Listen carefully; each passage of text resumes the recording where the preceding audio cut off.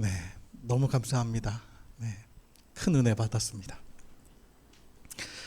네, 에스더 말씀 8번째 시간, 유다인 되는 자가 많더라라는 제목으로 하나님 말씀 나누도록 하겠습니다.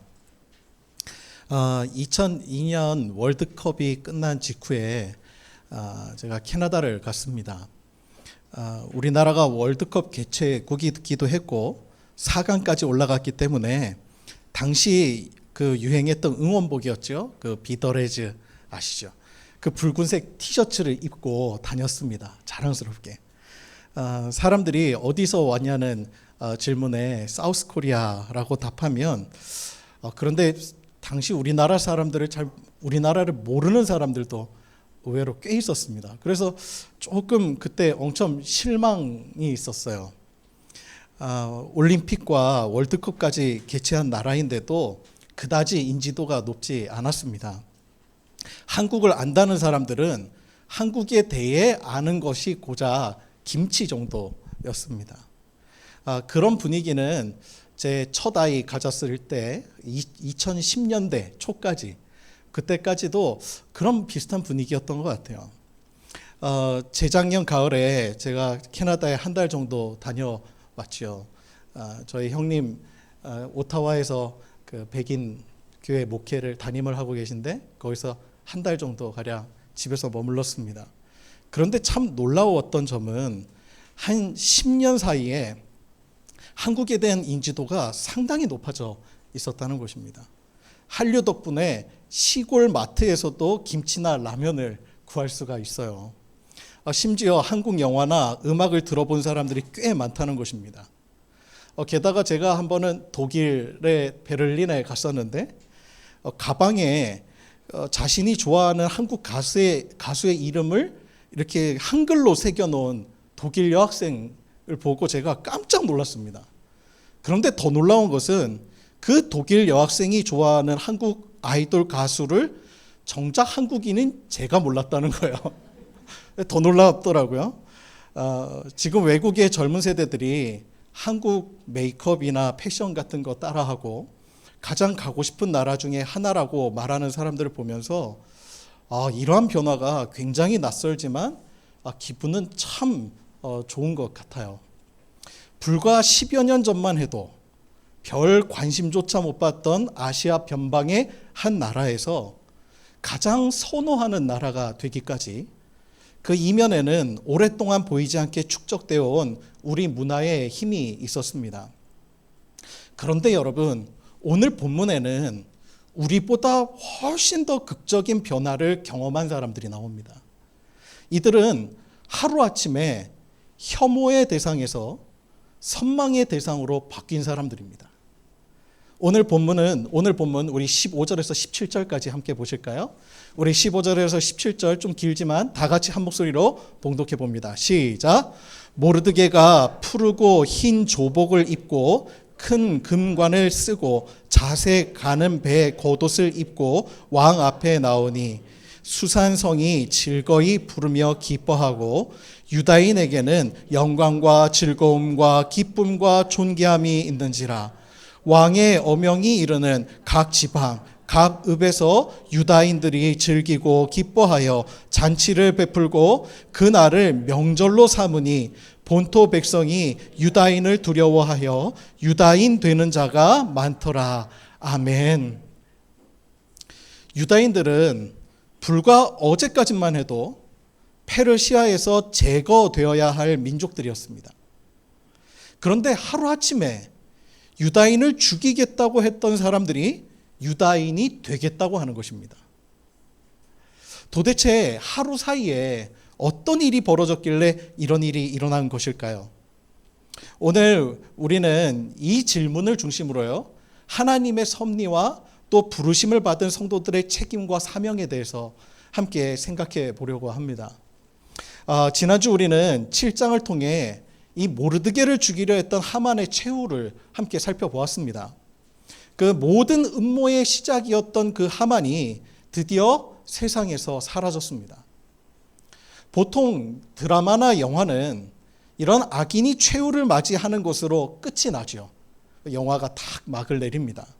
그런데 주목할 것은 에스더서는 아직 이야기가 끝나지 않았다는 것입니다. 왜 그렇습니까? 하만은 떠났지만 그가 남긴 왕의 조서가 아직 남아있기 때문입니다. 이것이 영화와 우리가 살아가는 우리의 처한 현실이 다른 점입니다. 영화는 악인 한 사람이 사라지면 모든 것이 다 끝나지만 현실은 절대로 그렇지가 않죠. 그가 남긴 메시지와 그를 따르는 추종자들이 남아 있습니다. 하만으로부터 시작된 음모가 페르시아 전역에 퍼졌습니다. 마치 적은 누룩이 밀가루 반죽 전체를 부풀게 하는 것과 같죠. 한 사람이 여러분 이처럼 중요해요. 한 사람의 영향력이요 결코 가볍지 않습니다. 여러분, 누룩은 예수님의 비유에서 긍정과 부정, 이 두 가지 의미를 다 가지고 있습니다. 그렇죠? 부정적인 의미로는 사두개인이나 바리새인, 헤롯의 누룩을 조심하라고 주님 경고하셨어요. 그들을 본받지 말라는 의미셨죠. 그러나 긍정적인 의미로는요, 하나님 나라의 비유도 됩니다. 누가복음 13장 21절에 보면 하나님 나라는 마치 여자가 가루 서말 속에 넣어 전부를 부풀게 한 누룩과 같다라고 말씀하셨지요.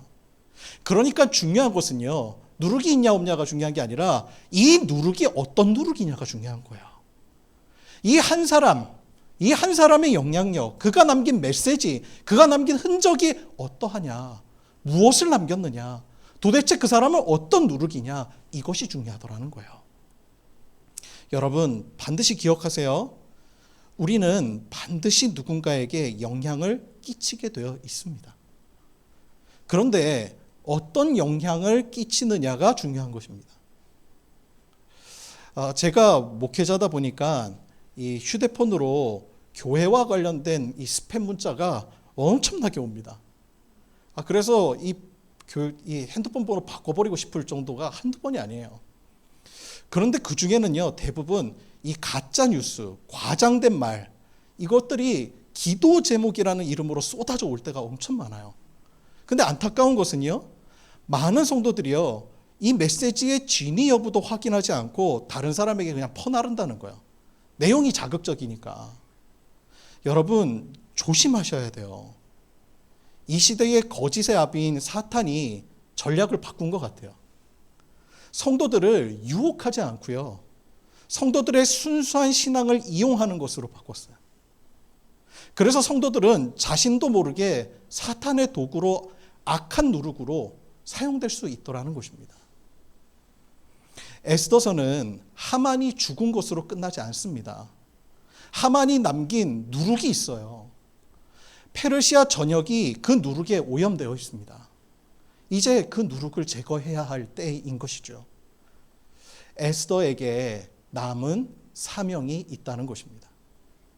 우리 1절과 2절을 함께 보도록 하겠습니다. 우리 1절과 2절 다 같이 한 목소리로 읽어볼까요? 시작. 그날 아하수에로 왕이 유다인의 대적 하만의 집을 왕후 에스더에게 주니라. 에스더가 모르드게는 자기에게 어떻게 관계됨을 왕에게 아뢰었으므로 모르드게가 왕 앞에 나오니 왕이 하만에게서 거둔 반지를 빼어 모르드게에게 준지라. 에스더가 모르드게에게 하만의 집을 관리하게 하니라. 아멘. 하만이 죽은 후에 이 아하수에로 왕은 하만의 집을 왕후 에스더에게 줍니다. 자, 여러분, 당시 하만의 집 재산이 얼마나 되었을까요? 혹시 궁금하지 않으세요? 저만 궁금해요? 저만 속물이에요? 얼마 정도 되었을까? 정확하게 성경에는 기록이 안 돼 있지만 한번 이렇게 추측을 해봤어요. 당시 이제 문헌들이나. 근데 에스더서 3장 9절에 보면 그가 유다인들을 진멸한 후에 왕에게 자기가 바치겠다고 한 금액이 있어요. 그 금액이 1만 달란트. 그걸 바치겠다고 나오죠. 고대 페르시아에서 화폐 단위가 무게로 이렇게 계산을 하거든요. 근데 1달란트가 지역별로 조금 차이는 있는데 당시 페르시아 기준으로 약 34kg입니다. 한 달란트가요. 그러니까 1만 달란트면 340톤이 돼요. 오늘날로 이렇게 계산을 해보면 얼마일까? 대략 보니까 4,400억입니다. 저만 이게 숨 넘어가는가 봐요. 다들 집에 막 4천억씩 재워 놓으시죠? 네. 이게 4,400억이에요. 어마무시한 금액이죠. 그 고대 역사가 헤로도토스의 기록에 따르면요. 그 페르시아 연간 조세 수입이 약 14,560달란트였대요. 연간 조세 수입이. 그런데 10,000달란트예요. 그러니까 거의 그와 맞먹을 만한 금액을 지금 하만이 왕에게 제안한 거예요. 그들을 죽이는 대신에 그거를 갖다 바치겠다는 거예요. 실제로 고대 국가의 고위 관리 중에서는요, 국가 예산의 몇 배에서 수십 배에 이르는 재산을 가진 사람들이 적지 않았다는 거예요. 그런데 지금 하만은요, 왕 다음 갖는 페르시아 제국의 2인자였어요. 그래서 어떤 주석가는요, 그의 재산으로 페르시아 땅의 절반을 살 수 있을 정도로 많았을 것이다 라고 이야기를 하더라고요. 그래서 그가요, 아주 흥미로운 해석을 해요. 그 1절에 보면 오늘 말씀의 1절을 이렇게 해석을 해요. 왕이 그동안 에스더의 잔치에 참여할 때마다 기분이 좋으니까 에스더에게 네 소원이 뭐냐 계속 묻죠. 그때 이것을 여러 번 물으면서 뭐라고 얘기하냐면 나한테 소원 얘기하면 내가 나라의 절반이라도 달라 그러면 내가 절반이라도 줄게. 그러니까 얘기 좀 해봐. 이거를 몇 차례 반복을 해요. 그러면서 이것을 해석하기로는 바로 이 8장 1절이 나중에 하만이 집을 줘버리잖아요. 하만의 집을 왕이 에스더에게 넘기잖아요. 그러니까 이 성경 주석가들이 그렇게 얘기를 해요. 이 오늘 본문의 8장 1절이 에스더에 대한 왕의 약속이 성취될 것이라고 이야기를 하더라고요. 일리가 있는 주장이죠. 그렇죠? 그런데 왕이 재산만 주는 것이 아니에요. 2절에 보면 모르드게에게 하만의 손가락에서 왕의 인장 반지를 빼내어 그에게 줍니다. 이 반지는요, 당시의 왕의 권세를 나타내는 거죠. 거기에서 힘이 나타나는 거예요.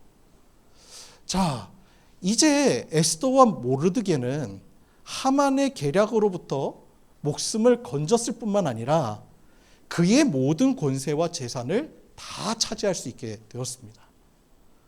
자, 만약 우리가 어렸을 때부터 읽었던 동화의 이야기라면 지금 딱 끝나는 게 좋죠. 좋아요, 안 좋아요? 좋겠죠. 다 차지하기, 아니 원수도 지금 물리쳐졌어요. 원수가 가지고 있었던 모든 것을 다 내 차지가 됐단 말입니다. 권세도 가졌어요. 얼마나 좋아요. 그러면 대부분 동화는 어떻게 돼요? 이렇게 해서 주인공 둘은 잘 먹고 잘 살았더라. 행복하게 살았더라. 해피엔딩으로 끝나는 거죠. 너무 좋죠. 그런데 오늘 우리가 주목해야 될 것은 1, 2절이 아니라요. 3절 이하에 있는 거예요. 우리 3절을 함께 보실까요? 3절 다 같이 한 목소리로 읽어봅니다. 시작. 에스더가 다시 왕 앞에서 말씀하며 왕의 발 아래 엎드려 아각 사람 하만이 유다인을 해하려 한 악한 꾀를 제거하기를 울며 구하니. 아멘. 원수도 사라졌고 그의 권력도 되찾은데 왜 울어요? 여러분, 중요한 사실이 있죠. 에스더의 사명은요, 하만의 죽음만으로 끝나지 않았다는 거예요. 그가 남긴 악한 흔적까지도 지워야 하는 것입니다. 여러분, 이것이 오늘 본문이 주는 핵심 메시지예요. 에스더는 개인의 구원에 만족하지 않았습니다. 죽음을 앞둔 자신의 민족을 구원하는 일을 위하여 다시 한번 자신의 생명을 바치는 거예요. 오늘 말씀해 보면 에스더가 목숨을 걸고 바치거든요. 그래서 왕이 금규를 또 내밀잖아요. 그 금규를 내밀었다는 말은 뭐예요? 목숨을 바쳤다는 거예요. 죽으면 죽으리라 각오하고 왕에게 나갔다는 거예요. 그리스도인들의 삶은 여러분 개인만 잘 먹고 잘 살고 혼자 천국 가고 그런 것이 절대 아닙니다. 그것은 어쩌면 성경이 말하는 기독교 신앙이 아니라 무속입니다. 절대로 성경은 내가 복의 종착점이라고 말하지 않습니다. 복의 시작점입니다. 구약에서부터 예수님의 말씀까지 성경의 관심은 하나님의 주권, 그리고 개인의 정결, 그뿐만 아니라 그리고 공동체의 성결로 맞춰져요. 그것은요, 모세오경의 율법, 레위기, 그 다음에 신명기에서도 그렇고요. 예언자들의 메시지도 수없이 나오지 않습니까? 하나님께서 그들을 징계하신 이유가 뭐지요? 공의와 정의가 사라지고 너희들이 재판을 제대로 정의롭게 하지 않고 약한 자들을 압제하고 하나님께서 그들을 심판하신 것은요, 그들의 삶이 망가졌기 때문이에요. 공동체가 다 망가졌기 때문이에요. 여러분, 그 예수님의 메시지 가르침도 그랬었어요. 그 사도행전에서는 교회의 엄청난 부흥을 기록하고 있죠. 그곳에는 하나님의 말씀이 있었고요. 그 말씀을 믿는 자들이 함께 떡을 떼어 먹고, 여러분 여기서 함께 떡을 떼어 먹었다는 말은요, 함께 나누었다는 거예요. 병든 자를 고치고 가난한 자들을 구제하고, 그 사역이요, 이 사도행전 교회에 엄청나게 일어났습니다. 어떤 설교자들은 그렇게 얘기해요. 교회는 구제를 위해 존재하는 것이 아니다. 이 말은요, 어떻게 보면 맞지만 또한 틀린 말이기도 해요. 왜 그렇습니까? 아니, 하나님의 사랑과 구원의 증거를 이웃사랑과 사회의 공의와 정의가 아니면 도대체 무엇으로 하나님의 나라를 보여주고 증거할 거냐는 거예요. 여러분, 그러면 우리가 구원받은 증거가 뭐예요? 개인의 감정 변화입니까? 아니죠. 하나님이 살아계심을 우리가 믿기 때문에 하나님의 긍휼, 헤세드, 그게 우리에게 있는 거예요. 그래서 이전에는 나와 무관하다고 생각했던 사람, 여러분, 우리가 하나님과 예수님과 우리 사이가 그러지 않았습니까? 예수님과 우리는 원수된 지간이었어요. 무관한 사람이었는데 하나님께서 예수 그리스도를 보내심으로 말미암아 우리에게 주신 메시지가 뭡니까? 죄인들이 그랬거든요. 당시 바리새인들이, 사두개인들이 그 당시에 그 병자들 보고 너는 하나님께 저주받았어. 너는 하나님께 나아갈 지금 모습이 아니야. 그래서 고작 다리 저는 자가 어디까지 나아갈 수 있었죠? 성전 안에 못 들어갔어요. 성전 미문 밖에서. 예배가 사라져버린 거예요, 그 사람 삶에. 하나님 앞에 예배로 나아갈 수 없는 사람이었어요. 성전 미문 안에 그저 무릎 꿇고 사람들에게 구걸해서 받는 정도로. 왜 그런 일이 벌어졌지요? 종교 지도자들이 너는 하나님으로부터 저주받은 인생이야. 그런데 예수님이 그의 삶에 찾아가셨어요. 주님이 상관하셨어요. 아니야, 내가 여기에 온 것은 네가 하나님으로부터 저주받은 자가 아니라는 거, 너도 하나님 사랑하는 자라는 거. 그래서 주님이 그를 고쳐주신 거, 일으켜주신 거예요. 그러므로 여러분, 그에게 일어난 진짜 기적은 뭐였어요? 단지 내 불구된 내 육신이 치유받았다는 거, 그걸 성경이 말하고자 하는 게 아니에요. 그는 치유받음으로 인하여 예배자의 자리로 돌아갈 수 있었다는 거예요. 이 성전 미문을 넘어서 하나님의 성전 앞으로 들어갈 수 있었다는 거예요. 주님이 그가 가지고 있었던, 또 그들이 가지고 있었던 모든 오해를 다 풀어주셨어요. 우리가 그런 존재였잖아요. 하나님과 무관한 존재였어요. 그런데 주님이 상관하기 시작하셨어요. 이게 하나님의 헤세드예요.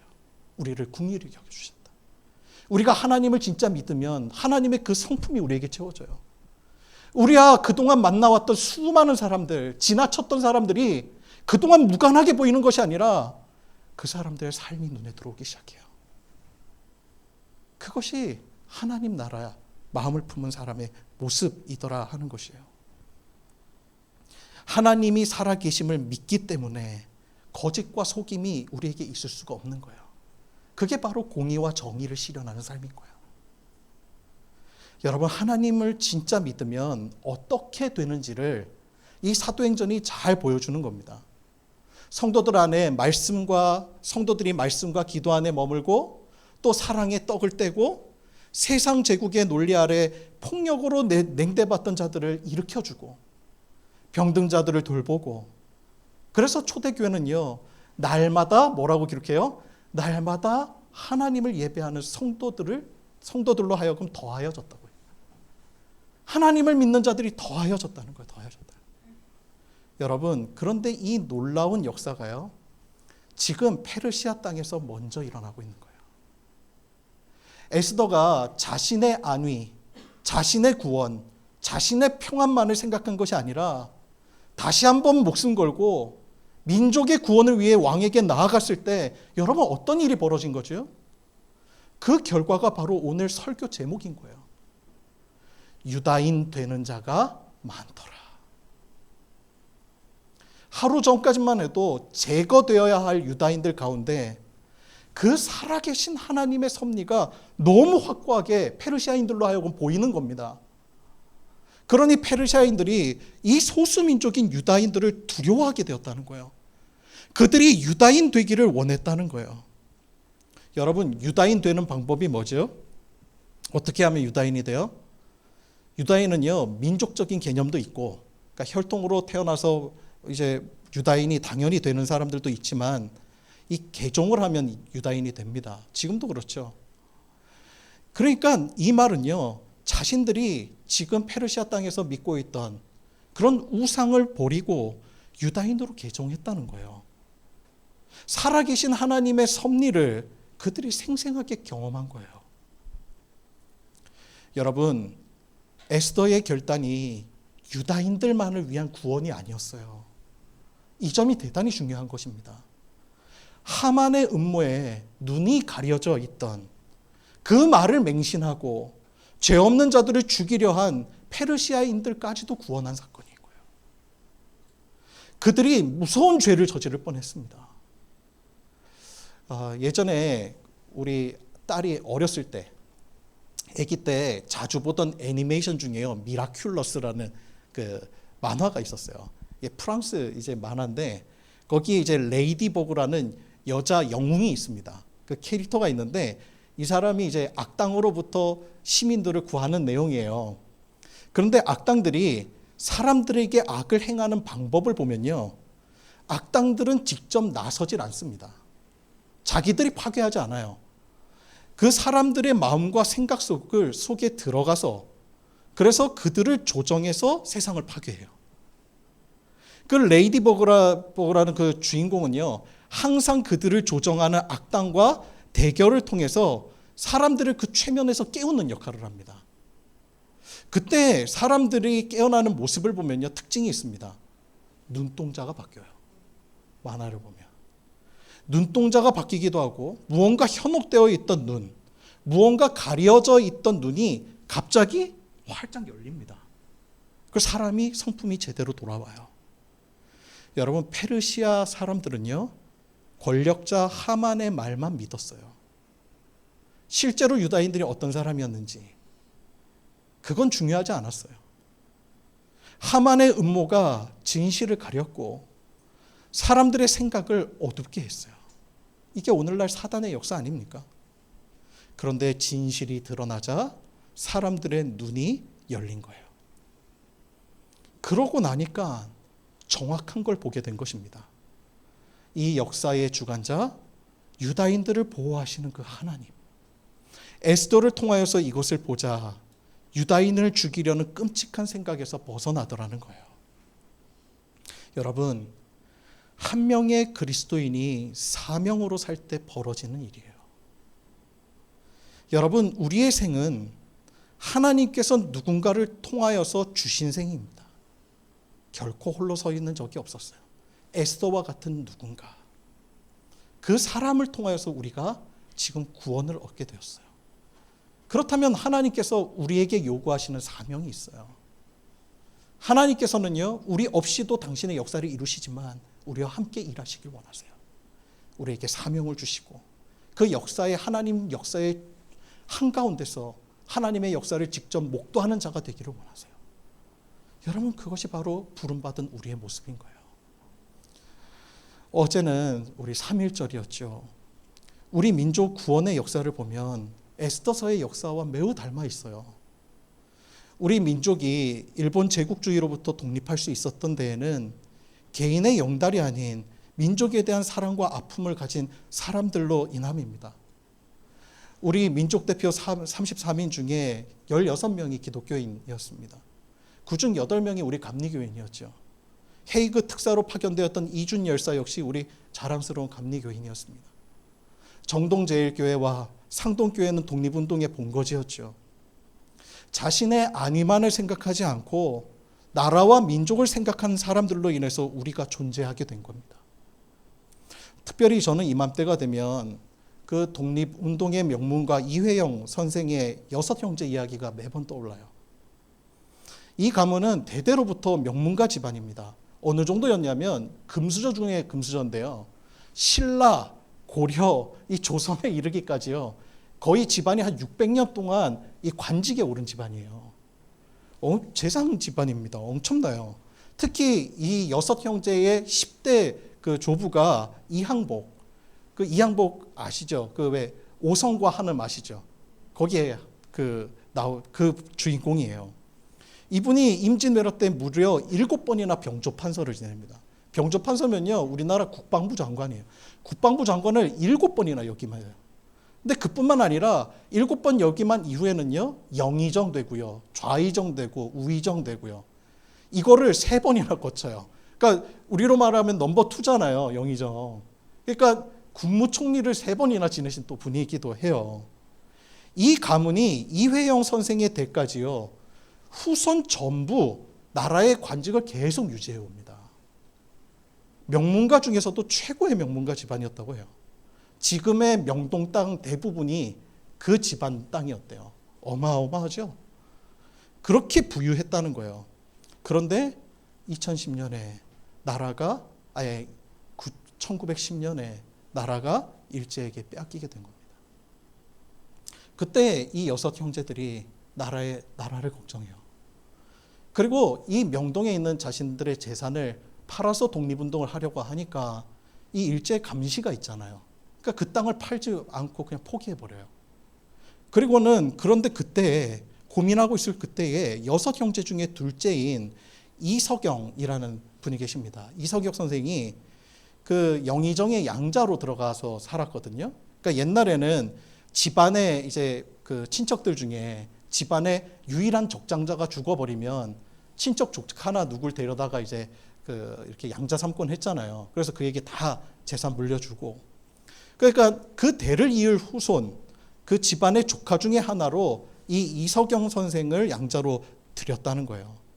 그렇게 영의정의 양자로 들어가서 그 재산을 물려받은 이분이 형제들에게 제안을 했대요.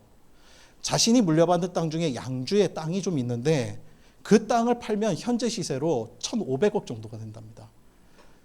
이번에도 안 놀라셔서 또 놀래요, 제가. 엄청난 금액이죠.